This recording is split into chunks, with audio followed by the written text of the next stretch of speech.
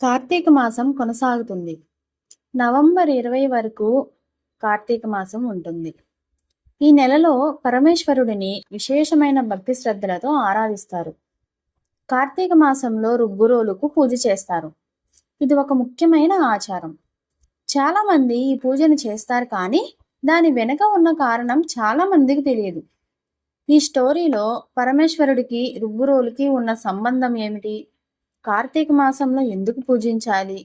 ఆ ఆచారం వెనుక ఉన్న ప్రాముఖ్యత ఏమిటి? మొదలగు విషయాలను ఈ వీడియోలో తెలుసుకునే ప్రయత్నం చేద్దాం. కార్తీక మాసం.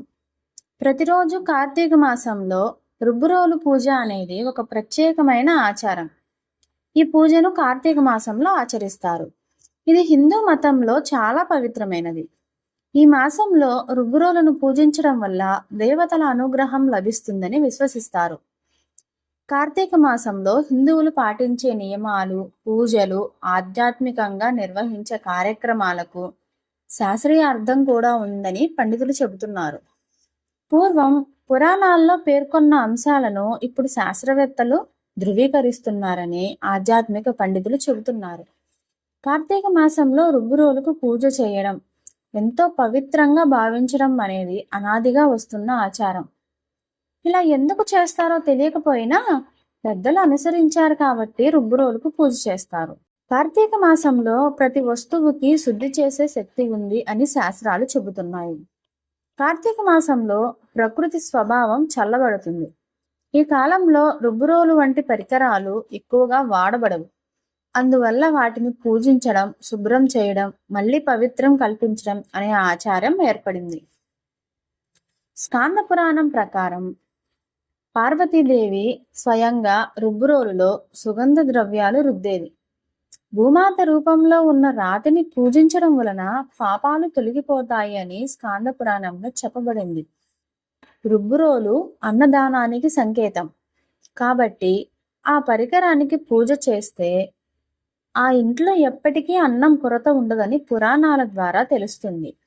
రుబ్బురోలు అనేది మన పాత పద్ధతుల్లో ప్రతి ఇంట్లో ఉండే ఒక సాధనం. దీనితో మసాలాలు, పప్పులు, బియ్యం మొదలైనవి రుబ్బేవారు. ఆ రాతి పరికరం మీద రోజు ఆహారం తయారీకి అవసరమైన పదార్థాలు తయారవుతాయి కాబట్టి ఇది ఆహారానికి, అన్నదాతకు ప్రతీకగా భావించబడింది. పురాణ కాలంలో మన పెద్దలు ఆ పరికరాన్ని కూడా పవిత్రమైనదిగా పరిగణించారు.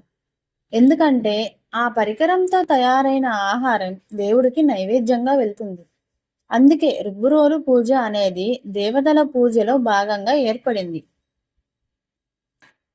రుబ్బురోలు అనేది కేవలం రాయి కాదు, అది భూమాతకు ప్రతీక. మనం భూమిపై పంటలు పండించి ఆహారం పొందుతున్నాము. రుబ్బురోలు ఆ పంటల పదార్థాలను మృదువుగా మార్చే సాధనం. కాబట్టి దానికి పూజ చేయడం అంటే మన భూమాతకు కృతజ్ఞత తెలపడం. ఇది మన పూర్వీకులు ప్రకృతిని పూజించే పద్ధతిలో భాగం. కార్తీక మాసం పౌర్ణమి రోజున రుబ్బురోలు పూజ చేయడం అత్యంత శ్రేయస్కరం అని పెద్దలు చెబుతారు. ఆ రోజున ముందుగా రుబ్బురోలును శుభ్రంగా కడిగి పసుపు, కుంకుమ, చందనం పూలతో అలంకరిస్తారు. దీపం వెలిగించి పూజ చేసి అన్నపూర్ణాదేవికి నైవేద్యం పెట్టి ప్రార్థిస్తారు. ఆ తరువాత కుటుంబ సభ్యులు ఆ నైవేద్యాన్ని తీసుకుంటారు. ఈ పూజ ద్వారా గృహంలో శ్రీ మహాలక్ష్మి కటాక్షం కలుగుతుందని, ధన సంపద, ఆరోగ్యం, శాంతి, సౌభాగ్యం చేకూరుతాయని విశ్వాసం ఉంది. శాస్త్రీయంగా కూడా ఈ పూజకు ఉన్న కారణం చాలా బలమైనది. రాతిపైన మసాలాలు, పప్పులు రుద్దడం వలన సూక్ష్మజీవులు పెరుగుతాయి. దీపం వెలిగించడం, పసుపు, కుంకుమ చల్లడం వలన ఆ సూక్ష్మజీవులు నశిస్తాయి. ఇది రుబ్బురోలు పరిశుభ్రంగా ఉండేందుకు సహాయపడుతుంది. పూజ రూపంలో ఇది ఒక శాస్త్రీయ శుభ్రత విధానం. కార్తీక మాసంలో రుబ్బురోలు పూజ చేయడం వెనుక ఒక చిన్న ఆచారం అనిపించిన దాని వెనుక ఉన్న భావన ఎంతో గొప్పది.